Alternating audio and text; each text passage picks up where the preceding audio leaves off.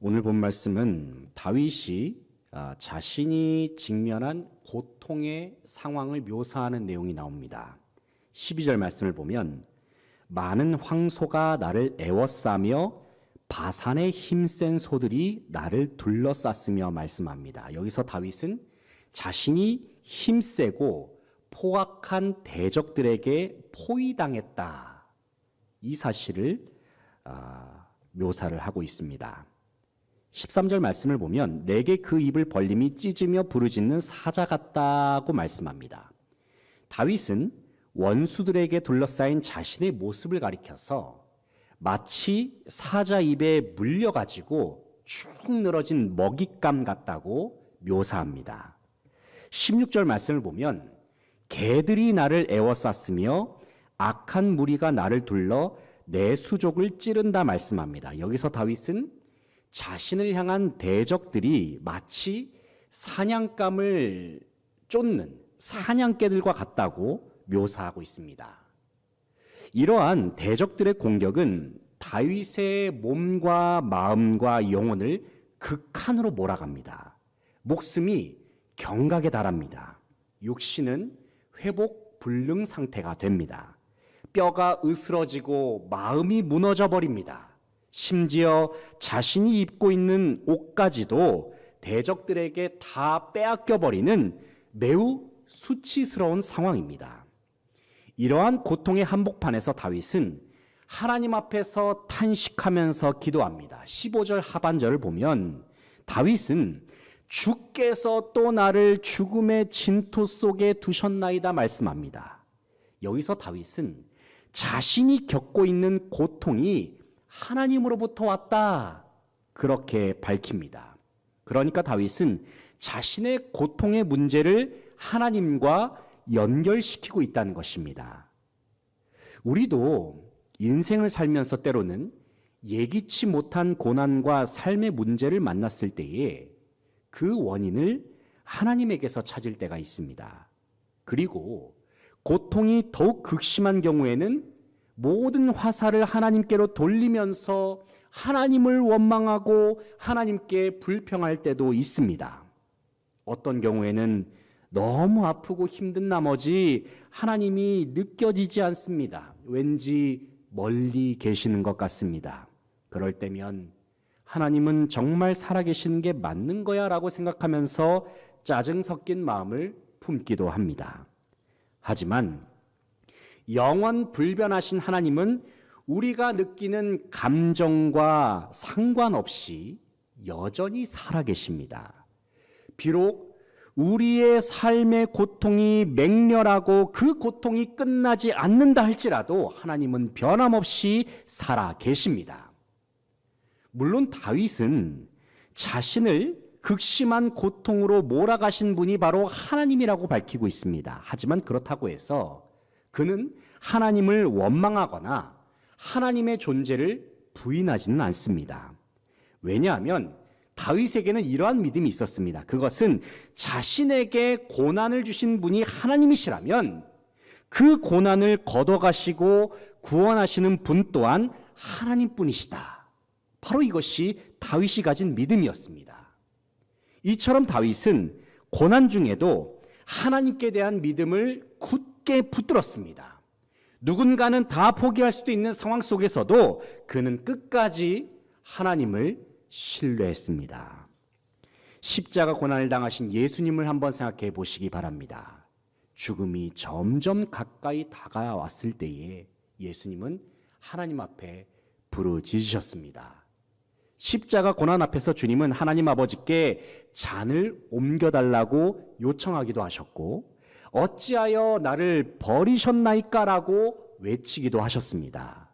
하지만 죽음의 고통 앞에서도 예수님은 하나님 아버지를 전적으로 신뢰하셨습니다. 왜냐하면 고난 후에 구원하실 하나님 아버지의 높으신 뜻을 주님은 알고 계셨기 때문입니다. 사랑하는 성도 여러분, 고난이 우리를 둘러싸고 삼키려 하고 우리의 원수들이 맹렬히 공격한다 할지라도 낙심하지 마십시오. 두려워하지 마십시오. 결국에는 하나님의 때에 하나님의 방법으로 주님께서는 구원을 행하실 것입니다. 그렇다면 고난 앞에서 우리는 어떻게 버텨내야 할까요?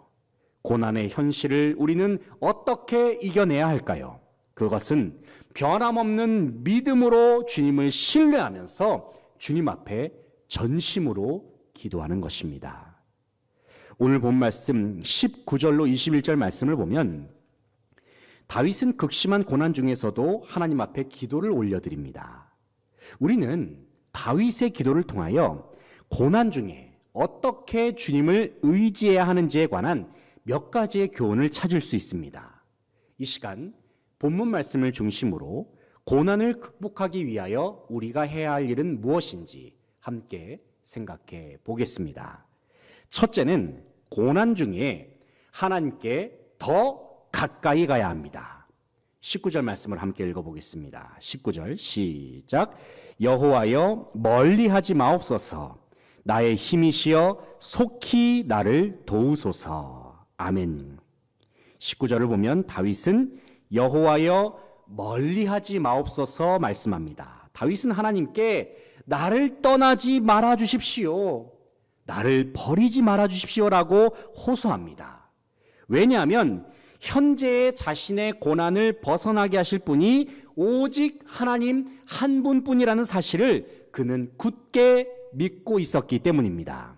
그리고 이어지는 19절 하반절을 보게 되면 나의 힘이시여 속히 나를 도우소서 말씀합니다. 여기서 속히라는 단어는 다윗의 간절함이 담겨있는 표현입니다. 다윗은 지금 당장 하나님의 구원이 임하기를 바랍니다. 하지만 여전히 현재의 상황은 좋지 않습니다. 그럼에도 불구하고 다윗은 계속해서 하나님 앞에 포기하지 않고 끈질긴 믿음으로 주님의 도움을 간구합니다. 아마도 저와 여러분에게도 여러 가지 기도의 제목이 있을 줄로 압니다.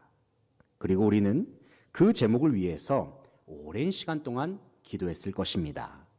그 중에 어떤 기도는 빠르게 이루어지는 경우도 있습니다. 하지만 다른 어떤 기도는 더디게 이루어지거나 아직 응답을 받지 못하는 경우도 있습니다. 하지만 우리의 기도가 당장에 이루어지지 않는다 하여도 우리는 끝까지 포기하지 말고 기도하면서 주님의 도움을 요청해야 합니다. 들어주실 때까지 기도하고 될 때까지 기도해야 합니다. 왜냐하면 우리의 기도를 들으시는 하나님은 구원의 하나님이시기 때문입니다. 결국에는 자기 백성의 기도에 응답하시는 분이시기 때문입니다. 그러므로 사랑하는 성도 여러분, 고난 중에 더욱 하나님 앞으로 가까이 나아가서 하나님의 구원이 임할 때까지 끝까지 주님께 간구하고 기도할 수 있는 저와 여러분 되시기를 간절히 소망합니다. 둘째는 고난 중에 생명을 건지시는 하나님을 신뢰해야 합니다. 20절 말씀을 함께 읽어보겠습니다. 20절 시작. 내 생명을 칼에서 건지시며 내 유일한 것을 개의 세력에서 구하소서. 아멘.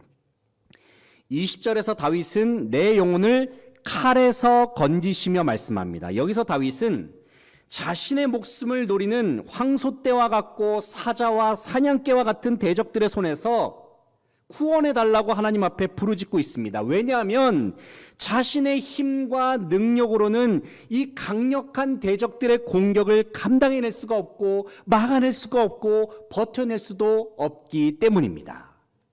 여기서 다윗은 위기에서 벗어나기 위하여 자기 힘으로 이것저것 다 해보다가 안 돼가지고 차선의 방법으로 마지못해 하나님께 기도하면서 하나님께 도움을 요청한 것이 아닙니다. 다윗은 현재의 위기를 벗어나게 하실 분은 오직 하나님 한 분뿐이라는 믿음을 가지고 간절한 믿음으로 하나님께 구원을 요청합니다. 그의 기도 속에는 하나님께 대한 확신으로 가득 차 있습니다. 비록 다윗이 어려움 가운데 하나님 앞에 도움을 호소하면서 비탄에 잠긴 그런 모습이 시편 22편에 언급이 되어 있지만 그의 기도의 내용을 자세히 들여다보면 하나님께 대한 믿음, 하나님께 대한 확신으로 가득 차 있습니다. 비록 여전히 대적들이 자신의 눈앞에 있다 할지라도 다윗은 눈앞에 있는 대적들 앞에서 승리를 먼저 선포합니다. 왜냐하면 다윗에게는 하나님께서 자기 백성을 반드시 구원하시는 분이시다라는 그 믿음이 확실하게 있었기 때문입니다. 사랑하는 성도 여러분, 여러분 삶 속에 도사리는 대적들이 여러분의 눈앞에 있습니까? 내 삶의 위기를 가져다주는 삶의 문제, 가난, 질병, 그리고 고통이 여러분 앞에 있습니까? 그러나 여러분, 아무리 거대한 산과도 같은 문제라 하더라도 하나님께서는 능히 구원하실 수 있음을 믿으시기 바랍니다. 왜냐하면 이 세상의 모든 삶의 문제, 모든 대적들보다도 우리 주님 되시는 하나님이 비교할 수 없을 만큼 더욱 크시기 때문입니다. 고난 중에라도 우리의 생명을 건지시고 구원하시는 하나님을 전적으로 신뢰하고 의지하며 나아가는 모든 성도들 되시기를 간절히 소망합니다. 셋째는 고난 중에라도 결국에는 응답하시는 하나님을 의지해야 합니다. 21절 말씀을 함께 읽어보겠습니다. 21절 시작. 나를 사자의 입에서 구하소서. 주께서 내게 응답하시고 들소의 뿔에서 구원하셨나이다. 아멘. 21절을 보면 나를 사자의 입에서 구하소서. 주께서 내게 응답하시고 들소의 뿔에서 구원하셨나이다. 다윗이 말씀하고 있습니다. 여기서 다윗은 자신이 사자에게 삼킴을 당하고 들소떼의 뿔에 칠 것만 같은 아주 무지막지한 상황, 무자비한 상황에 처했음을 밝힙니다. 하지만 그러한 고통의 한복판에서도 그는 여전히 하나님의 구원을 확신합니다. 왜냐하면 하나님께서 고통의 자리에서 그의 기도를 들으시고 그의 마음 가운데 응답하여 주셨기 때문입니다. 사랑하는 성도 여러분, 하나님께서는 우리의 기도를 반드시 들으시고 응답하시는 분이십니다. 당장에 우리의 삶 속에 실제로 구원이 임하지 않았다 하더라도 하나님께서 구원하시겠다고 약속하시고 응답하시면 주님은 반드시 역사하심을 믿으시기 바랍니다. 그래서 우리가 주님께 기도할 때에는 기도를 드리는 것 못지않게 주님의 응답을 받는 것이 매우 중요합니다. 분명 하나님께서는 우리의 기도에 응답하십니다. 하지만 그 응답의 시기는 빠를 때가 있고 경우에 따라서는 더딜 때가 있습니다. 그러나 반드시 기억해야 할 것은 우리의 기도는 반드시 하나님의 응답이 수반되어야 한다는 것입니다. 일방적인 기도가 아닌 주님과의 쌍방적인 기도가 이루어져야 합니다. 하나님께서는 응답이 있는 곳에 반드시 역사하시고 구원하여 주십니다. 그러므로 사랑하는 성도 여러분, 다윗과 같은 고난 중에라도 반드시 하나님의 응답을 경험할 수 있기를 축복합니다. 우리가 기도하는 중에 하나님께서는 여러 가지 방법으로 응답하시죠. 우리의 마음 가운데 확신을 주시기도 하시고, 때로는 경우에 따라서는 우리의 마음 가운데 음성을 들려주시기도 하십니다. 또 때로는 꿈을 통해서, 환상을 통해서, 혹은 말씀을 통해서, 또 사람을 통해서, 혹은 우리의 삶 속에 여러 가지 경로를 통해서 하나님께서는 우리에게 응답하신다는 사실입니다.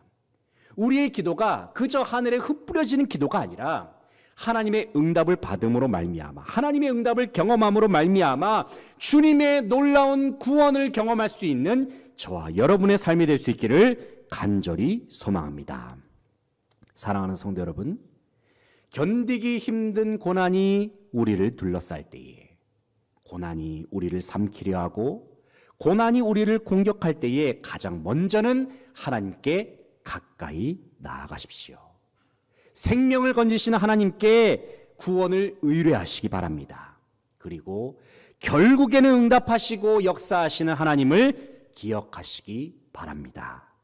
우리의 아버지가 되시는 하나님께서는 반드시 우리를 고난 중에서 구원하여 주십니다. 우리의 대적들을 물리쳐 주십니다. 언제나 우리와 함께 하십니다. 깊은 고난 중에 처해 있을 때에 능력의 하나님, 구원의 하나님만 바라보고 의지하십시오. 주님의 놀라운 구원의 능력을 경험하십시오. 그리하여 여러분의 삶 속에 존재하는 모든 시련과 어려움들을 능히 극복하여서 주님께서 예비하신 승리의 길로 나아갈 수 있는 모든 수지광성의 성도들 되시기를 간절히 바라고 소망합니다.